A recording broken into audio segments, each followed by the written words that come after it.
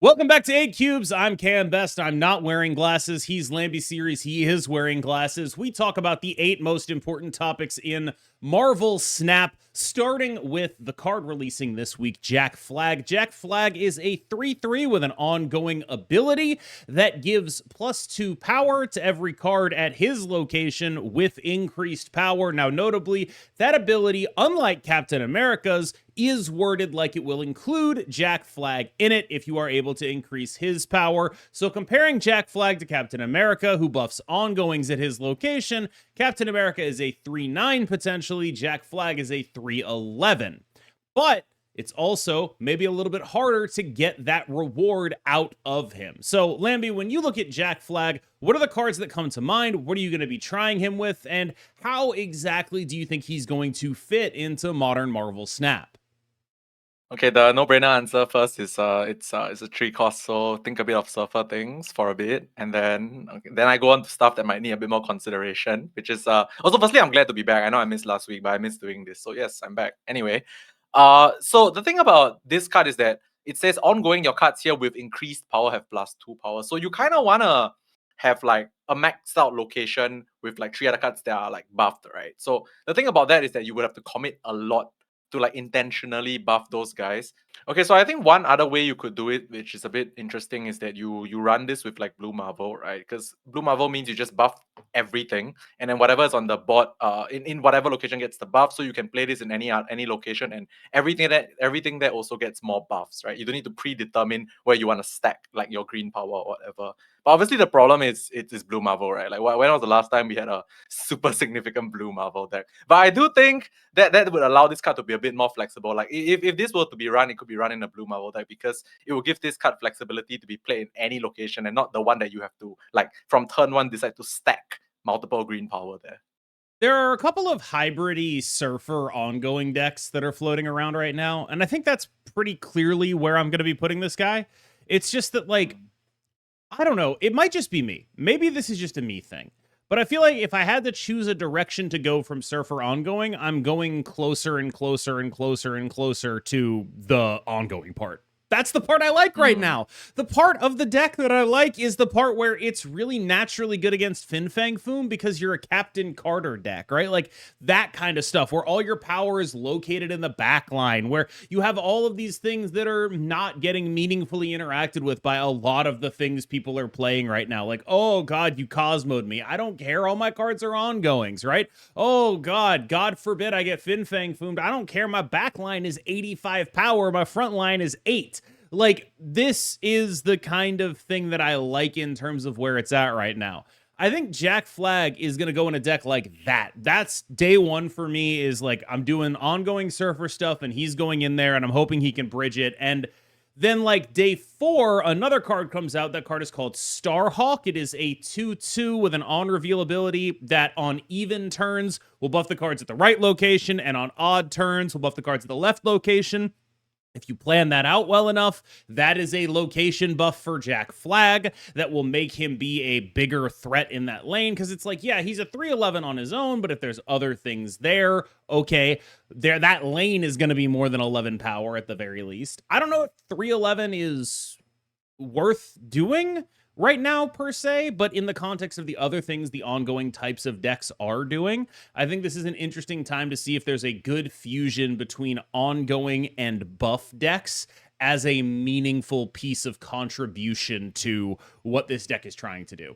The other thing that sticks out about Jack Flag is you really need to fill his lane up, like really, really badly. And you want to do that for as cheap as possible. So a card like Sam Wilson is an absolute godsend. 2 bodies, you get to choose where one of them is. You are a big fan of that. Maybe you're a Brood deck, but I want to do as many like cheap, free things that add cards to the board as I possibly can. Am I playing Lindley? Genuinely, I might be. Like, this is the kind of thing where it's like, if your deck fills the board up, then you want to be playing this card. That's sort of the prerequisite. And you got to make sure that you're actually doing that first. I don't know how plugged in Lambie is at this point, but I've probably like sort of run through all of my don't do Krag jokes for Kraglin, so I'm gonna abstain from them here. That was basically my entire video on the card, was like, Krag is bad for you. Ah, ha, ha, ha, ha, ha. And yeah, Who no, would it have is. known? It's not a great card. This is a card that, like, it does one thing. It's not good enough at doing that. But I think what you can learn from this card is why it didn't work and how that can help you evaluate cards better in the future. And that's my big takeaway from this, is that, like, when you look at this card, the shape I see is this is a card that says 3/3+2 energy and then a bunch of words on it that give it a downside, right? 3/3+2 energy, except half the time it's not doing that unless you do all your deck building in this way, etc., etc., etc., right? But when you want to build around this card, you're building around it being a 3/3+2 energy. The problem is that Marvel Snap is so synergy driven that you can't be rewarded well for doing a 3/3+2 energy. First of all, it's not even better than Wave. That's a 3/6 that kind of also lets you play Galactus, which is kind of what this card is driving at, and doesn't risk blowing up your Galactus, and because it has 6 power, is better at actually maintaining priority so your Galactus actually goes off the next turn. There's a million different things going on here, but fundamentally, I think a lot of this card starts from the concept that 3/3+2 energy is a good enough thing to do that it needs a drawback. And that just isn't true. That is sort of where Kraglin starts and stops for me.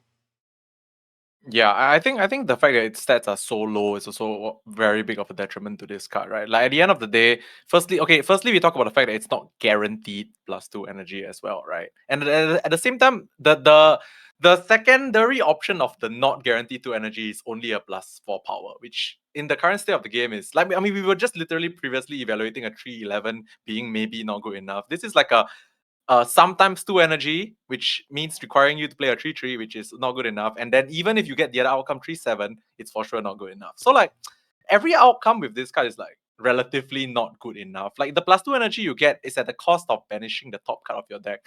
Marvel Snap is a 12 card deck game where you can't really afford to lose I don't know. some of your The biggest pieces. the most fun I had with Kraglin was using Howard It's a the fun Duck. card. That was using Howard the Duck to target the Oh my God. banish so that I could effectively have an 11 card deck. Think about that. Oh I God. have an 11 card my deck. I get closer to my Shou. It's amazing. I mean, if we have to make a case for using Howard the Duck in the deck, I mean, Yeah, you guys no, probably we're this, well but, like, past the realm of believability here. Like, I have never believed in Howard. I will say that it's a testament to how ridiculous Shou is that I checked the stats on that deck and it's like 55% win rate. So we'll get to that. We'll talk about. Oh no, trust me, that's low for a Shou deck. Yep. There are 3 main pillars of the metagame at high levels of play, as I see it. They are Shou, Star Lord, and Batroc. So what we're gonna do the rest of the show is talk about each of those pillars and then talk about how to beat those pillars. Sort of a mini know your enemy kind of deal. For Shou, who is first, I think the hardest thing about Shou is that he's so forgiving. This is a deck or a card that will let you kind of do whatever with it. Like, I have gotten to the point where my Destroy deck is playing Shou Maverick, and it makes so much sense because my Destroy deck is a deck that when I'm popping off, I'm doing Deadpool stuff. And when I'm not popping off, I'm basically just spinning my wheels doing nothing, right? And now, instead of spinning my wheels doing nothing, what I'm doing is buffing my Shou. And it's like, oh, that's actually really good. Because Destroy is typically balanced by, here are the games where I do something really stupid with a Deadpool, versus here are the games where I'm playing a mediocre mid-range deck. And now, your mediocre mid-range deck is Shou Mavericking. And it's like, okay, now you have 2 good draws, which is huge, because you used to only have 1. And so when it comes to Shou, there's this application of him where he's just like very good in that context. He's very good in the Batroc deck. He's very good across the board. He's less of a deck that people are dedicating themselves to at this point, and more of you are putting Shou Maverick in your other things that are potentially interesting, right?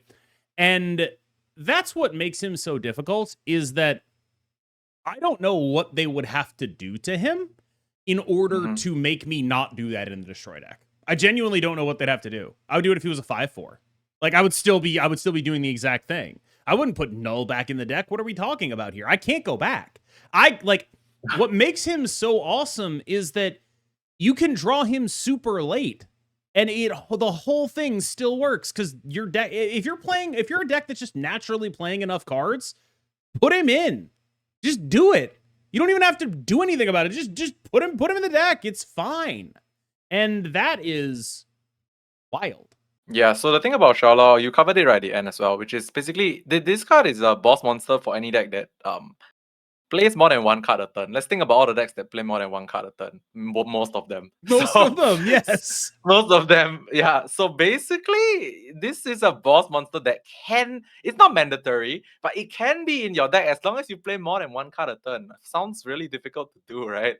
But anyway, yeah, so I think that's Charlotte's thing right now. And one thing you mentioned which is super important, which is like it can be anywhere. It doesn't even have to be in your hand. You just like play multiple cards a turn and then draw it. Yep. Which means you can draw completely out of order and it's still your boss monster. I mean, like a nerf would be. I mean, maybe this is not even a nerf. Maybe this is completely wrecking the card. Like this card doesn't get buffed if it's not in your hand. That just destroys it straight up, right? Like that just straight up destroys it. Yeah, then again, yeah, it probably would. Yeah.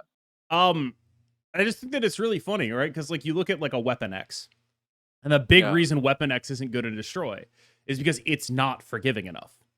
Destroy needs another carry, right? Like it actually really needs that. But Weapon X is so unforgiving because it's demanding the turns that you need to be using to set up and destroy stuff. And it doesn't work unless it's on the board. Meanwhile, Shou is just like, not only do you not have to have me by turn 2, you don't have to draw me until turn 6. And everything you've done pays into me at a rate that is better than a Weapon X payoff. And it's just like, oh yeah, of course this works, right? Yeah, actually, I think that might actually really be the solve. Like, it really kind of has to be like only gets buffed in the hand, because I think the biggest problem is really that like you really can just draw it whenever, wherever, however, whatever, and then it just gets the buff. Like you cannot stop people from playing 2 cards a turn, right? But like you can draw worse if it can only buff if it's in your hand, right? You cannot really stop people from playing 2 cards a turn. In terms of beating Shou, I actually just wanted to rewind for like 2 seconds and throw an analogy at you. You could tell me if this is a good analogy or not. Okay. You're going to be surprised I know what this card is. Shou is Baron de Fleur. Is that an appropriate analogy? That's the Yu-Gi-Oh card. Yeah, right? it's the Yu-Gi-Oh card that's just like The generic synchro boss monster. Yes. Yeah. It was in every deck for like years, I think. Yes, that was the analogy I wanted to go with. Is like, first of all, I don't know if it's de Fleur or Le Fleur. I just know that when I made like when I did like a Yu-Gi-Oh Master Duel thing, I made a deck, and instead of ever summoning like the boss monster of the deck, I was just summoning that guy.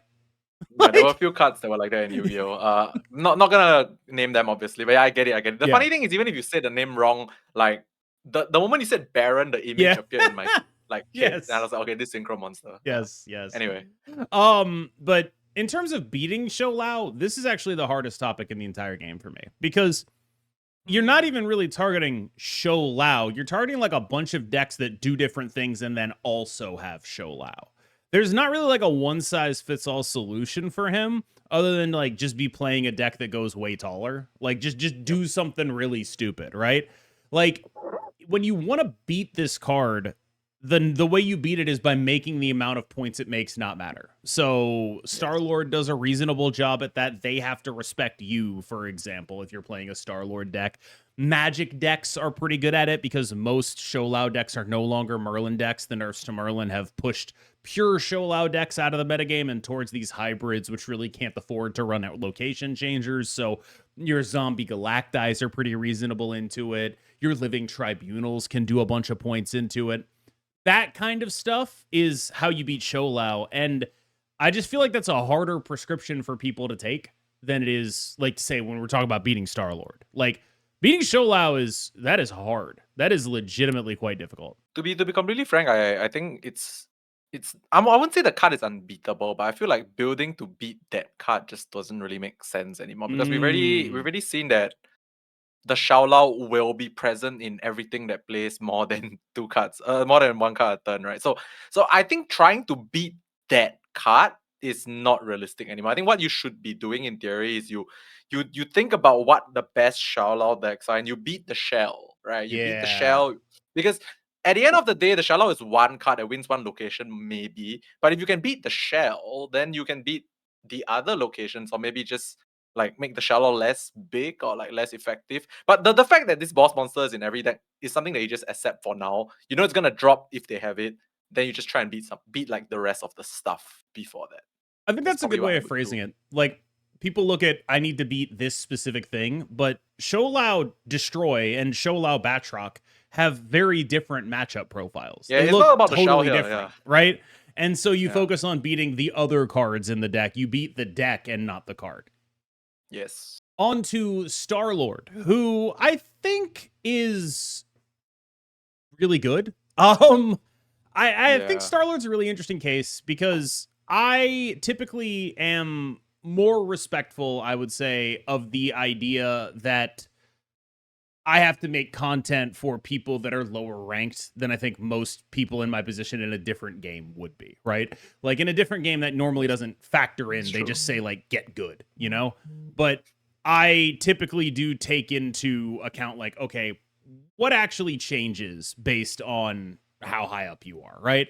And I did a little bit of research, and these are untapped numbers, but according to untapped numbers, Batroc gets worse. Like I was comparing top 10% infinite to ranks 50 to 99, where it's like, let's talk about like two different worlds, right?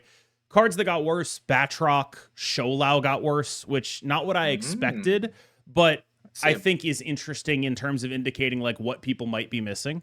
Cards that got better, Doom 2099 got better, Aurora got better. Cards that stayed about the same, Star Lord. Star Lord stayed about the same.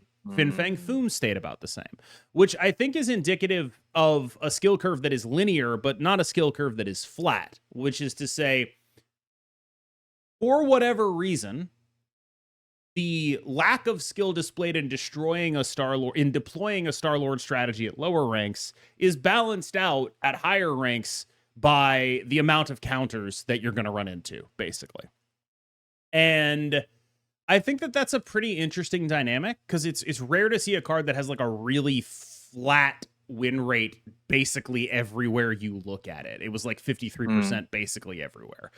And that's an interesting dynamic that I think is like worth talking about. But largely the big thing is Star Lord is a card that sets the bar.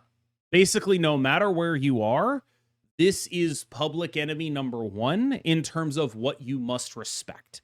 It is going to be 25% of the games you play pretty much everywhere at every rank. And that means that you need to either have a plan for it or be willing to treat it like Mr. Negative and dip out. And so that's the state of Star Lord right now. That is how I understand the deck. Yeah, so the thing about Star Lord, and actually there's some good points here that I could like bring up also, which is in general over the course of card games, Marvels now whatsoever, like the decks that have more linear game plans tend to do better at the I Yeah. would say only at the lower level, but lower level for sure.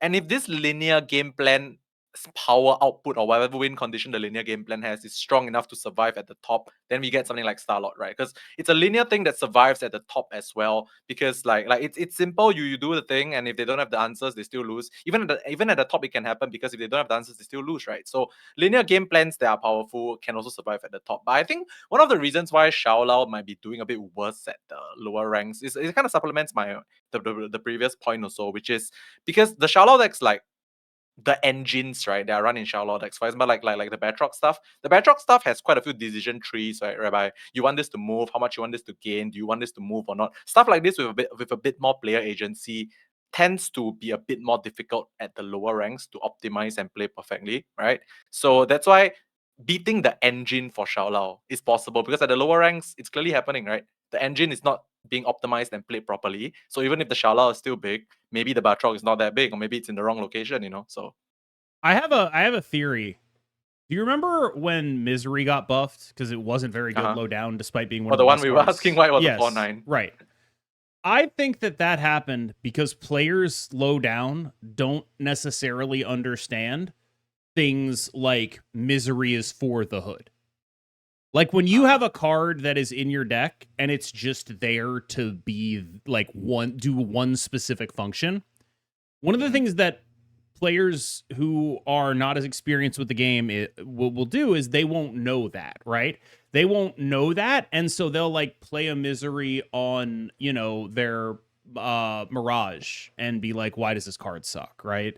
Like they'll do stuff like that where I think you have to operate with a lot of intentionality with cards like Misery. And I think Yeah. Shou is similar. I saw a breakdown of a Shou move deck where the person doing the breakdown was telling people to play Maverick on like turn 4. And you never do that. You never do that. You play Maverick on 5, and it's the last card you play, so you can Shou it. That's the whole point of Maverick being in the deck. But what I'm saying is, like, I think that kind of specific stuff, when you talk about that kind of stuff, that's a meaningful thing for a lot of people to pick up on. And if you just show them a deck list, they probably won't pick up on that immediately. Like, that's not going to be the first thing that they think about, right? In much the same way that if you just showed someone, you know, a Hood Misery list, they'll be like, oh, Misery is here to double my on reveals. No, I mean, yes, but it's mostly here to double your Hood, right? Like, that's what it's mostly here to do, right? That's like 70% of it. In much the same way, that's like 80% of what Maverick is doing in those decks. That's really the only reason he's there. And that kind of weighting is, I think, what people are missing. And I think why a deck like Star Lord, why a deck like Shou has, like, or a card like Shou has a lower win rate in sort of general population than it does at the top end, is because there's just a lot of like things like that that'll just go over someone's head. Star Lord is interesting because Star Lord is a really, really strong card with really, really pronounced counterplay. So I think that, like, basically what's happening is at the top end, Star Lord is running into a bunch of counters, but those counters are not as meaningful lower down. But at the same time, the pilots at the top end are better at playing against those counters, so it kind of just evens out, right? I've been playing some Star Lord, and I gotta tell you, there's stuff that beats you, and it's a little bit difficult to snap, but I still feel like a lot of people are snapping incorrectly with the deck. I think people need to treat this deck like it's Mr. Negative, and that means from the side of the person playing it too. You need to treat your Star Lord like it's Mr. Negative. You're snapping into this stuff, and if they counter you, oh well. I actually have hit the point where I think people are over-retreating into Star Lord. Like, people are respecting me too much when I snap with this deck. I don't know exactly when that happens, but that's what it feels like to me right now. And if you want to beat it, I mean, there's a million different ways. The Daredevil Cosmos stuff, anything that hard targets turn 5, puts Star-Lord in the dumpster. Because either their turn 4 was a Star-Lord and their turn 5 is duplicating it, or their turn 5 is a Star-Lord and you turn that off either way. Those are the only ways their deck even functions. The way the deck has been set up is that this is the only thing it is actually capable of doing. At the top end, you'll run into people who are doing magic to shift that curve a little bit, but that is not a particularly reliable thing to do, especially when you run into people who are playing the normal Star-Lord decks and those have Legion in them. Largely, the deck is built on the premise that Fin Fang Foom Juggernaut is good, and if I can get more than that, I'm definitely going to win. And that's your, like, min roll, is a Fin Fang Foom Juggernaut. And I think that if you just hard target turn 5, Daredevil Cosmo, Super Giant, you're going to be really, really reasonable into basically every Star-Lord deck. Yeah, I'll throw one thing out there. This point is not so much about beating Star-Lord, because I think whatever you say makes a lot of sense, and it's very true as well. The deck is not unbeatable, and its counters are very pronounced, and it's very obvious what its counters are as well, right? So it's very kept in check. But I think what I want to talk about is okay, so Star-Lord decks, Silver Surfer decks, they're obviously not the same thing. But why I mentioned both of them in the same sentence is because you talked about the snap thing, like people are retreating on your snaps very often, right? Like the thing about linear and obvious win condition decks is obvious not just to you, it's obvious to everyone in the world as well. So why I say Silver Surfer is because back in the day, Silver Surfer was like everyone knew that this was coming down on turn 6, then they would just count the buffs, multiply it by like 3, 2, whatever. Like it's very simple. Same thing with Star-Lord, right? You just know like this is how the deck wins. So when you get snapped by a Star-Lord player, you kind of just like the image of like how you're gonna die or lose is just appears in your head. So like whether they have it or not, like you just automatically respect it more because it's so obvious, you know. So there's a beauty to the linearness of this deck or whatever as well. There's like a beauty to this as well. So like I think honestly the reason why it still works at high ranks is because like the Star-Lord players know how to snap or like know how to like be like, oh, I'm snapping this, I don't have the full combo yet, but there's no way you don't know that what's gonna happen if I do, you know. There's no way you're gonna stay if I actually have everything. So I think this snap could work. I think it's remarkable how Star-Lord has sort of congealed into a list that is totally non-functional on turn 6 if it doesn't have like 12 energy. Like Exactly. the whole deck just doesn't work if you don't have 12 energy, which is why the counterplay works. But it's also like, if you're going to make a Star Lord deck, why would you ever make a deck that isn't that? Because if you don't do that, you're not optimizing for the fact that you're going to have 18 energy half the time, right? Like it's a very interesting deck building conundrum that I don't think I've seen anyone split the difference on perfectly yet. But I do think that beating Star-Lord, if you really want to do it, the Batroc list with Daredevil and Cosmo and Negasonic is a great way to do it. The Supergiant list is probably the safest way to do it.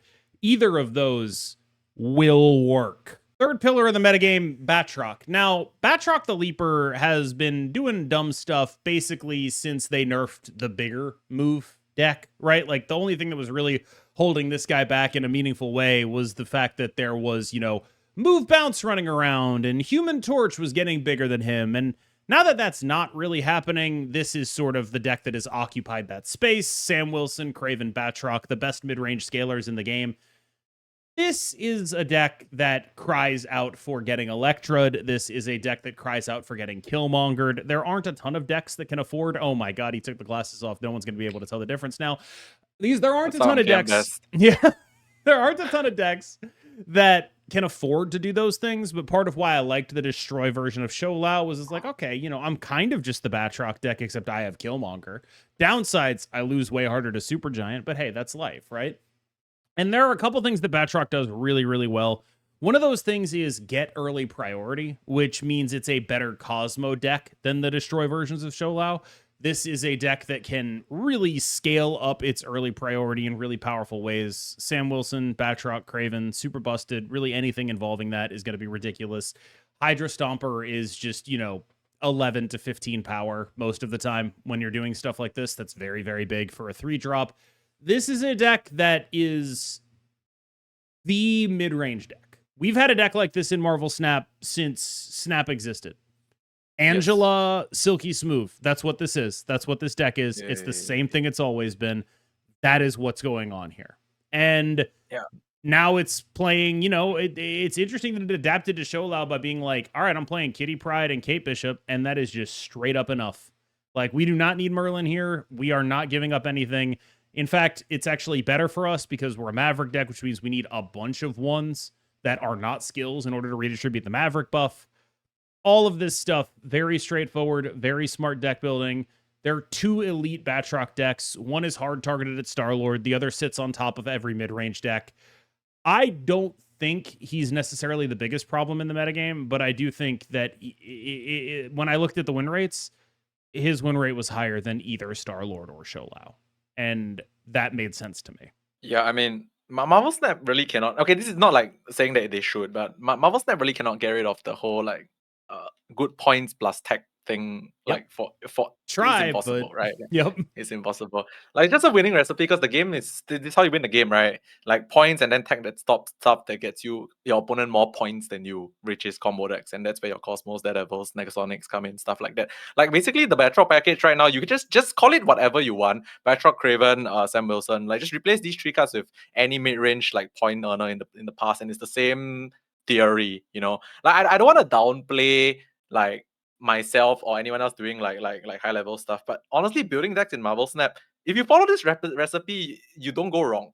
That's the thing. Like even when I was producing a lot of decks on a everyday basis in the past, I had to just follow this recipe, and I couldn't really stray too far from the truth per se. But yeah, that's just Marvel Snap, right? Essentially. So beating it, there are a couple of paths to this, but playing Killmonger Electra definitely is one, right? Like, just blow up a Batroc. They're usually not winning by huge margins. That's sort of the downfall of a deck like this, is a lot of their cards are good, but very few of them are dominantly big. So if you're able to threaten them in a meaningful way and blow up something they were counting on, that can flip the entire game, because a lot of the time they're going to be contesting all 3 lanes in a meaningful way. And if they lose their 12 power Batroc to a Killmonger while you play a Death and a Deadpool or whatever, yeah, you're going to beat them, right? Like, that kind of stuff where it's just this is a good deck and even a great deck, but what it's great at is being good, if that makes any sense. Like, Wait, actually run that by me again. It's great at being. This is a deck that good. is great at being good. The consistency is a big upside. The interaction and the points is a big upside, but you're not blowing people out. That's just not what you do. Okay. This is a deck that is winning that is going to try to win 60% of the games that you play by 5 to 10 points. Whereas something like Star Lord is going to win 55% of the games you play by 800 points. A crap ton of points, yes. But this deck's skill set is that it is consistently outputting points and you are consistently in every game. And if you understand the games that you're not in, like if a Star Lord player is snapping you and you don't have a way of like meaningfully knowing where the Star Lord is going and you're like, I'm not gonna be able to Cosmo this, I gotta go, then you go, right? Like it is pure Marvel Snap. It is a pure expression of what this game is and is about. And that is also the weakness because it's not winning by a lot, basically, ever. So anything you can do that's unexpected, any rug pull you can enable that will beat this deck, great. If you assume they're smart enough to not stay when they're dead to a combo, that's the method that you're going for here. Yeah, I mean, the only thing I really want to add about this is this is one of the reasons why I really like Marvel Snap and will never completely not be involved in Marvel Snap, because I really like the concept of this game whereby if you think about it, right, Marvel Snap is just, you don't need to do the biggest, most combo-oriented, crazy points numbers things. You just need to win by 1 point. Yep. I used to always talk about this on my streams as well. As if you are that good and you can allocate every point perfectly, just play the most consistent deck. And as long as you're good enough to always win by 1 point, you probably will win most of your more often than not. Obviously the combo decks are fun. There's also another aspect of Marvel Snap that's super fun. But if you are trying to grind and you want to pick the consistent deck, you just need to be very good at knowing when you are just a bit bigger, 1 point or 1 step ahead or whatever. One point bigger it's than like a tempo rogue deck. That's like in Hearthstone. That's the analogy I'm going to make. That's what it feels like, where it's like, I'm winning close, but I'm definitely winning. I am winning this game. I'm 100% to win this game by 3 points. Yeah, I mean, actually, I want to use another reference, which is quite interesting, because recently I just started playing Riftbound as well. Sure. And the thing about Riftbound is also they have locations. They call them battlefields. They also have locations. But to win a point in a battlefield, you could win it with a 10-10 or a 20-20, but you could also win it with a 1-1. It's about the same. I mean, obviously it's a different game, but if you guys play Riftbound, you kind of know what I mean. Yeah, you don't want to overinvest. You want to invest the exact right amount. And that's the skill set Marvel Snap rewards. And that's the skill set this deck rewards. Yes. All right, y'all. Thank you so much for watching. As always, I've been KMBest. He's been Lambie Series, even though you probably can't tell. And he's going to take us out. All right, guys. If you can't tell that I'm Lambie Series, I guess it's because of the glasses. But comment, and subscribe, and we will see you guys in the next one. Bye-bye.